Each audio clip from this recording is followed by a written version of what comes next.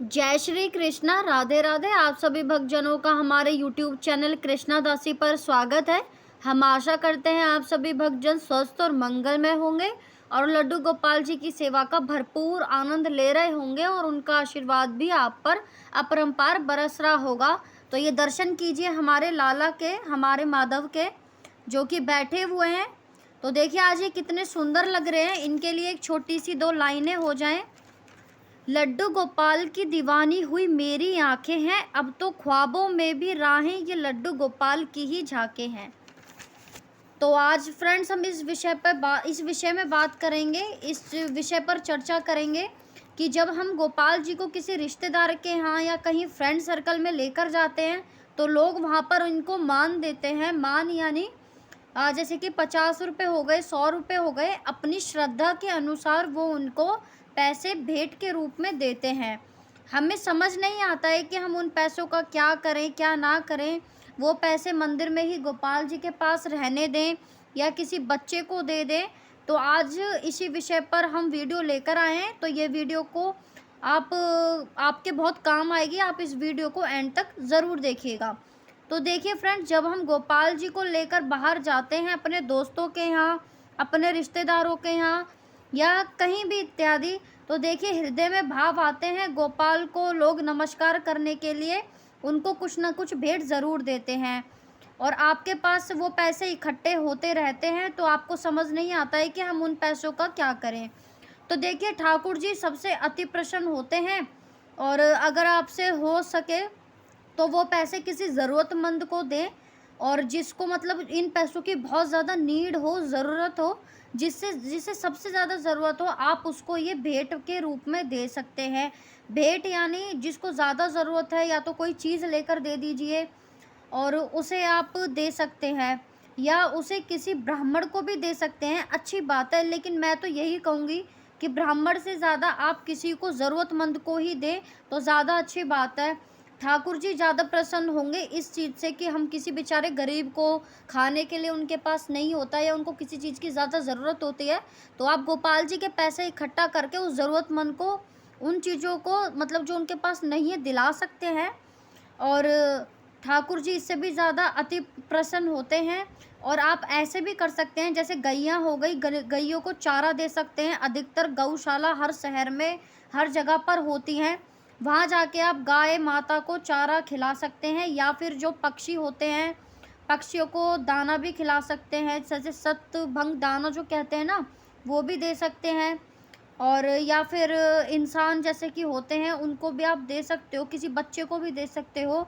और हमेशा ये चीज़ याद रखें कि अगर आप भेंट के रूप में ठाकुर जी के पैसे किसी बच्चे को दे रहे हैं तो बच्चे को ये चीज़ ना बिगाड़े कि उनको पैसे दे दें। उनको जैसे कि पेंसिल हो गई, कॉपी हो गए, वस्त्र हो गए, कुछ भी हो गया, आप उन पैसों से लेके वो बच्चों को दे सकते हैं। पैसे बिल्कुल भी ना दें क्योंकि बच्चों को फिर गलत आदत पड़ जाती है। और इस तरह से आप कर सकते हैं क्योंकि देखिए हम इंसान तो कमा कर खा ही लेते हैं, थोड़ा खाएं बहुत खाएं ये तो हमारा अपना भाव होता है। लेकिन जो पशु पक्षी होते हैं बेचारे, वो कहीं ना कहीं से उनको कुछ मिलता नहीं है, कभी मिल जाता है या तो वो वृक्ष के पत्ते खाते हैं तोड़कर। और उससे कहीं बेहतर है कि आप गैयों को चारा खिला दें और पक्षियों को दाना खिला दें। जैसे आप वृंदावन में जाते हैं, वहाँ पे बहुत ज़्यादा आप देखते होंगे बंदर होते हैं, तो बंदरों को आप केले भी खिला सकते हैं उधर जाकर। या वहाँ भी पक्षी होते हैं, उनको भी सतनाज खिला सकते हैं, आप वो भी खिलाएं तो अच्छी बात है। इस तरह से आप कार्य करेंगे तो ठाकुर जी को अति प्रसन्नता होगी। ठाकुर जी उस कार्य से ज़्यादा अति खुश होते हैं और होंगे भी। फिर आप ठाकुर जी के लिए या तो उन पैसों के लिए वस्त्र ले आएँ या फिर उनका मुकुट ले आएँ, माला ले आएँ, बेड ले आएँ, सोफ़ा ले आएँ, मतलब जो ठाकुर जी को, जैसे बंसी हो गई बहुत प्रिय है उन्हें, आप ठाकुर जी का भी श्रृंगार उनसे ला सकते हैं। तो ये चीज़ भी आप कर सकते हैं। और मैं तो यही कहूँगी कि ठाकुर जी को आप भेंट अपने ही पैसों से दें तो ज़्यादा अच्छी बात है। लेकिन किसी ज़रूरतमंद की आप मदद करते हैं तो ये बहुत ही भाग्यशाली और बहुत ही पुण्य वाली बात हो जाती है। तो और आपने देखा होगा कि आप जैसे कि वृंदावन में जाते हैं तो वहाँ जैसे कि गोपाल जी वगैरह विराजमान के लिए वहाँ पे आपने देखा होगा वृंदावन में बुजुर्ग महिलाएं होती हैं जो कि ठाकुर जी के मतलब ठाकुर जी के जो प्रीत करती हैं उनसे, और उनके भाव में इतनी खोई रहती हैं कि उनको जो भक्त पैसे दे दे वो उसी से खा लेती हैं और ले लेती हैं। या तो आप उनको अनाज दे दें किसी भी तरीके का, या कुछ खाने के लिए फलहार दे दें, मेवा दे दें, और पैसों से हो सके तो उनको वस्त्र दे दें, क्योंकि जो हमारे ठाकुर जी हैं उन्होंने ही हमें उनकी मदद करने के लिए भेजा है, तो हम ये चीज़ भी कर सकते हैं।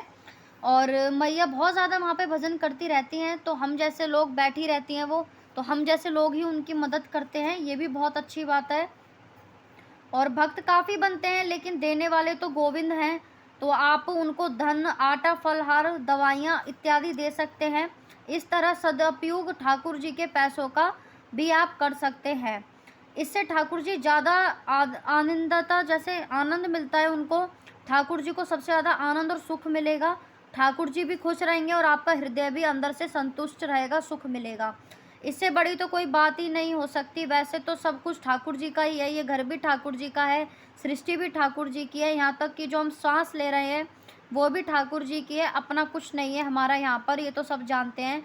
लेकिन फिर भी जो भेंट स्वरूप पैसे ठाकुर जी को मिलते हैं उनको आप इकट्ठा करके किसी ज़रूरतमंद को ही दें। तो आपको पता लग गया होगा कि ठाकुर जी को भेंट में मिले पैसों का क्या करें क्या ना करें। तो फिर दोबारा हम नई वीडियो के साथ आपसे मिलेंगे। अगर आपको वीडियो अच्छी लगी हो तो लाइक, शेयर, कमेंट करके ज़रूर बताइएगा। और आपके मन में फिर भी कोई क्वेश्चन है, कोई प्रश्न है, कोई क्वेरी है, तो आप मुझसे कमेंट बॉक्स के ज़रिए पूछ सकते हैं। तब तक के लिए जय श्री कृष्णा, राधे राधे।